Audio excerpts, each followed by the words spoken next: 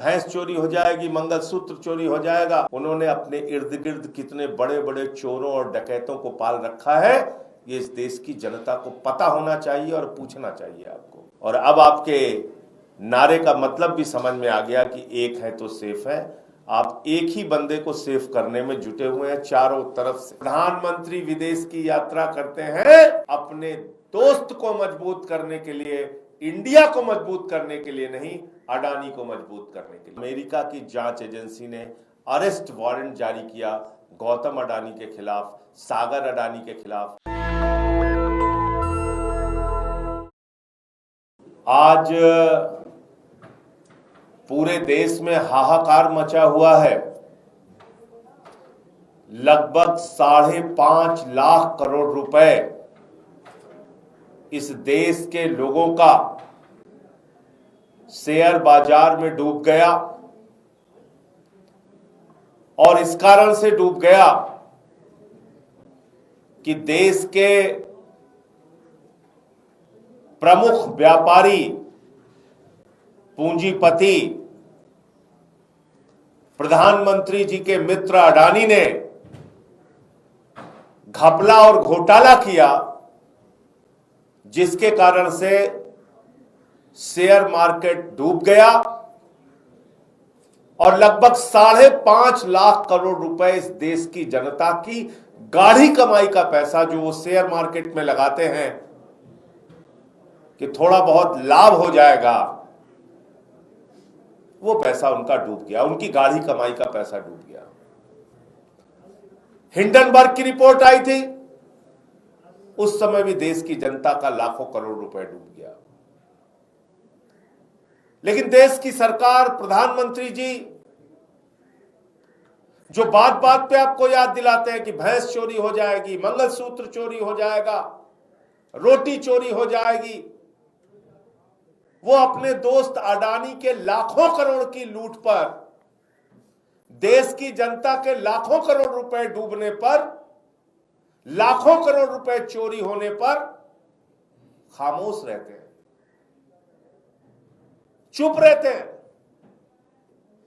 चुनाव में आपको भैंस और मंगलसूत्र की याद दिलाते हैं, लेकिन जब आपका शेयर मार्केट में लाखों करोड़ रुपए डूब जाता है, प्रधानमंत्री खामोश रहते हैं। ये 5.5 लाख करोड़ रुपए जो देश की जनता का डूबा, इसका हिसाब कौन देगा? जीरो लगाते लगाते थक जाओगे मोदी जी, इतना रुपया डूब गया देश के लोगों का, और आपको कोई फर्क नहीं पड़ता। आज मैं आपको सिलसिलेवार तरीके से बताना चाहता हूं कि भारत के प्रधानमंत्री विदेशों की जब यात्रा करते हैं, देश की जनता को लगता है भारत के लिए, रोजगार के लिए बढ़ावा देने के लिए जा रहे हैं, भारत के अलग अलग देशों से संबंध अच्छे करने के लिए जा रहे हैं, भारत को दुनिया के पैमाने पर मजबूत करने के लिए जा रहे हैं, भारत में शिक्षा का, स्वास्थ्य का विकास करने के लिए विदेशों की यात्रा करने जा रहे हैं। लेकिन नहीं, प्रधानमंत्री विदेश की यात्रा करते हैं अपने दोस्त को मजबूत करने के लिए, इंडिया को मजबूत करने के लिए नहीं, अडानी को मजबूत करने के लिए। एक एक करके मैं सिलसिलेवार तरीके से बताऊंगा आपको। प्रधानमंत्री जी मार्च 2017 में बांग्लादेश की यात्रा करते हैं और अप्रैल 2017 में अडानी को मेगा कंटेनर पोर्ट से जुड़ी डील मिल जाती है। देश के प्रधानमंत्री जनवरी 2018 में इजराइल की यात्रा करते हैं, वहां के प्रधानमंत्री से मिलते हैं। दिसंबर 2018 में अडानी को इजराइल में मिलिट्री ड्रोन बनाने की कंपनी शुरू करने का लाइसेंस मिल जाता है।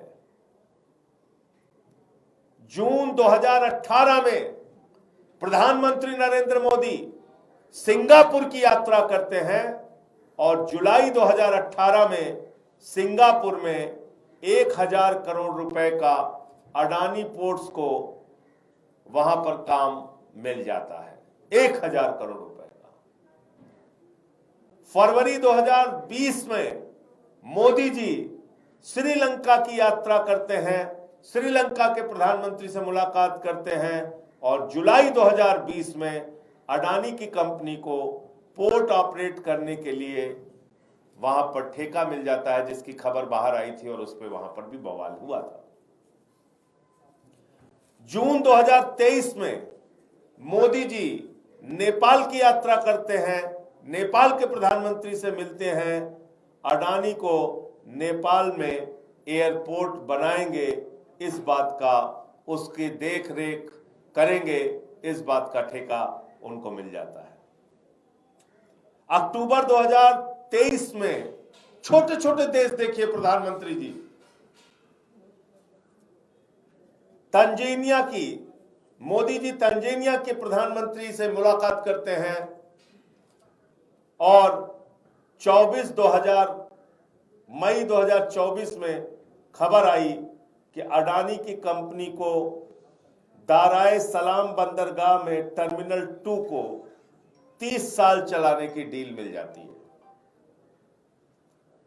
जुलाई 2024 में प्रधानमंत्री नरेंद्र मोदी वियतनाम के प्रधानमंत्री से मिलते हैं और जुलाई 2024 में उसी महीने में वहां की सरकार कहती है कि अडानी समूह वियतनाम के हवाई अड्डों में निवेश करेगा, वहां के एयरपोर्ट्स में निवेश करेगा। और इसके बाद दिसंबर 2023 में भारत के प्रधानमंत्री कीनिया के राष्ट्रपति से मुलाकात करते हैं।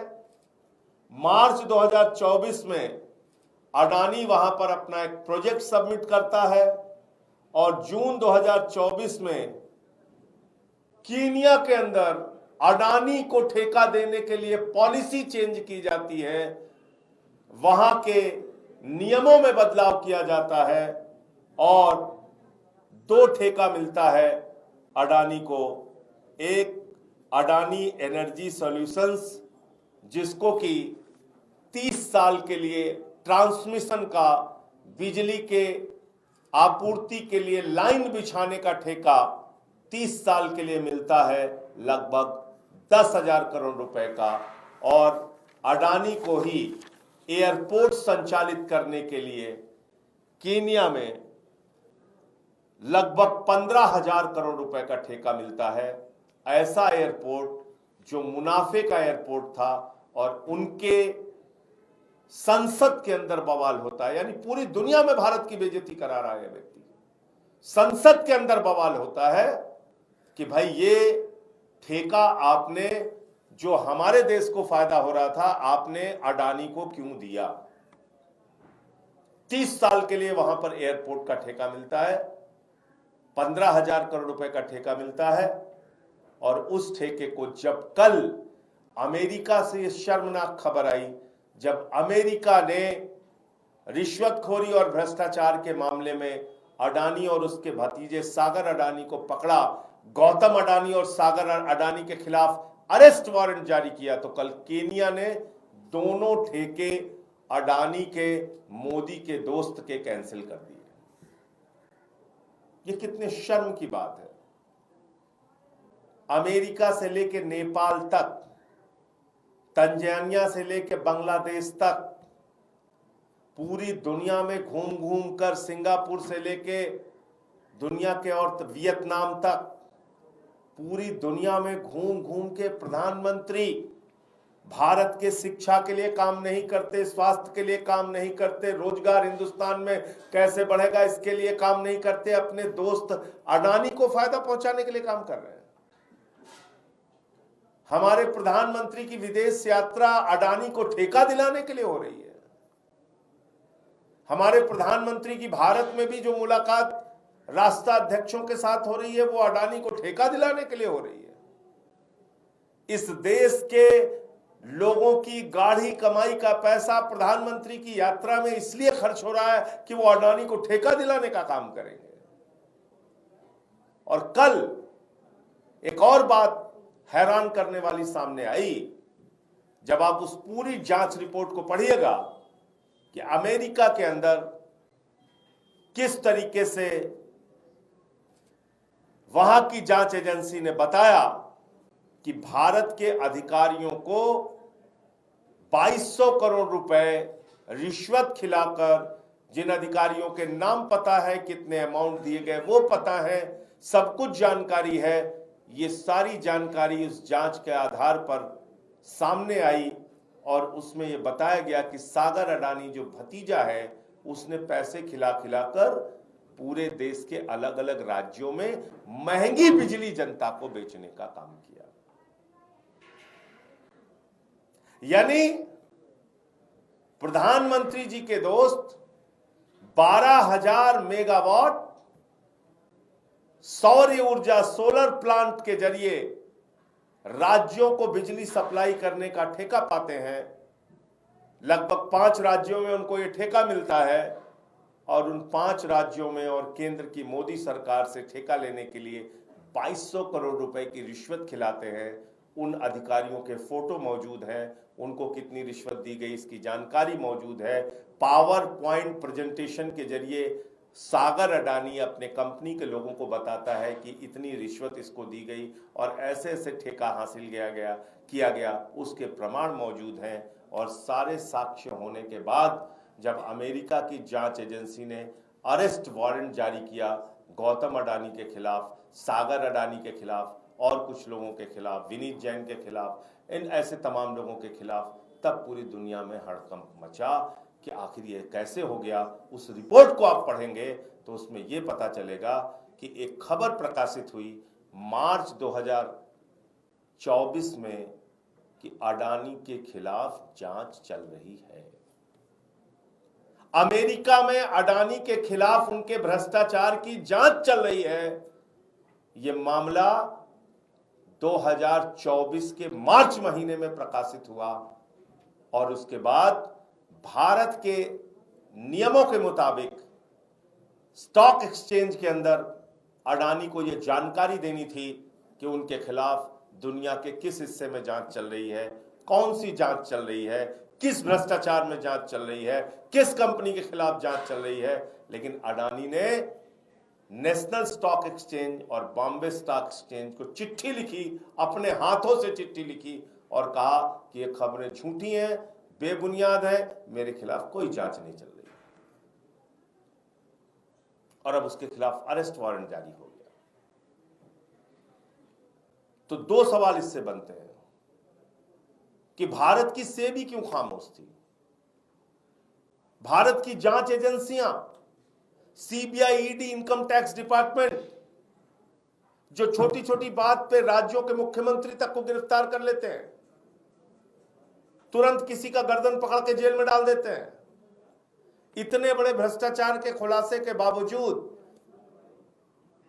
भारत में जिन अधिकारियों को रिश्वत दी गई उनको गिरफ्तार क्यों नहीं किया गया। भारत की जनता से जो हजारों करोड़ रुपए महंगी बिजली बेच के जनता को लूटा गया उसकी जांच क्यों नहीं की गई। अडानी और गौतम अडानी और सागर अडानी ने जो रिश्वत खिलाई उन दोनों की गिरफ्तारी क्यों नहीं की गई, उनके खिलाफ कार्रवाई क्यों नहीं की गई। और जब सेबी को सारी सच्चाई का पता चल गया तो उसके खिलाफ जांच क्यों नहीं हो रही है। क्यों मोदी जी अडानी को बचाने में लगे हुए हैं। और आपने देखा केन्या जैसे देश जहां संसद के अंदर बवाल हुआ क्योंकि नियमों में बदलाव किया गया, वही बदलाव हिंदुस्तान में किया गया। एयरपोर्ट का ठेका पाने के लिए नियम था भारत के अंदर कि आपको एयरपोर्ट चलाने का एक्सपीरियंस होना चाहिए, अनुभव होना चाहिए। उस नियम में अडानी को ठेका देने के लिए भारत सरकार ने, मोदी जी ने बदलाव किया। यह सच्चाई। तो जो लोग आपको समझाते हैं भैंस चोरी हो जाएगी, मंगलसूत्र चोरी हो जाएगा, उन्होंने अपने इर्द गिर्द कितने बड़े बड़े चोरों और डकैतों को पाल रखा है, ये इस देश की जनता को पता होना चाहिए और पूछना चाहिए आपको। आप पूरी दुनिया में घूम रहे हैं अडानी को ठेका दिलाने के लिए। आप भारत के प्रधानमंत्री नहीं है नरेंद्र मोदी जी, आप इंडिया के प्रधानमंत्री नहीं है, आप अडानी के प्रधानमंत्री हैं। और अब आपके नारे का मतलब भी समझ में आ गया कि एक है तो सेफ है। आप एक ही बंदे को सेफ करने में जुटे हुए हैं चारों तरफ से।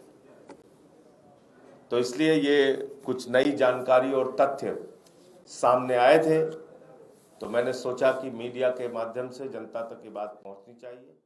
नेशनल दस्तक की आपसे गुजारिश है कि अगर इसको बचाना चाहते हैं तो नेशनल दस्तक को सब्सक्राइब करने के लिए रेड कलर के सब्सक्राइब बटन को दबाएं, फिर बेल आइकन की घंटी दबाएं। नेशनल दस्तक को बचाने के लिए बहुत जरूरी है कि हर खबर को शेयर करें, लाइक करें, कमेंट जरूर करें।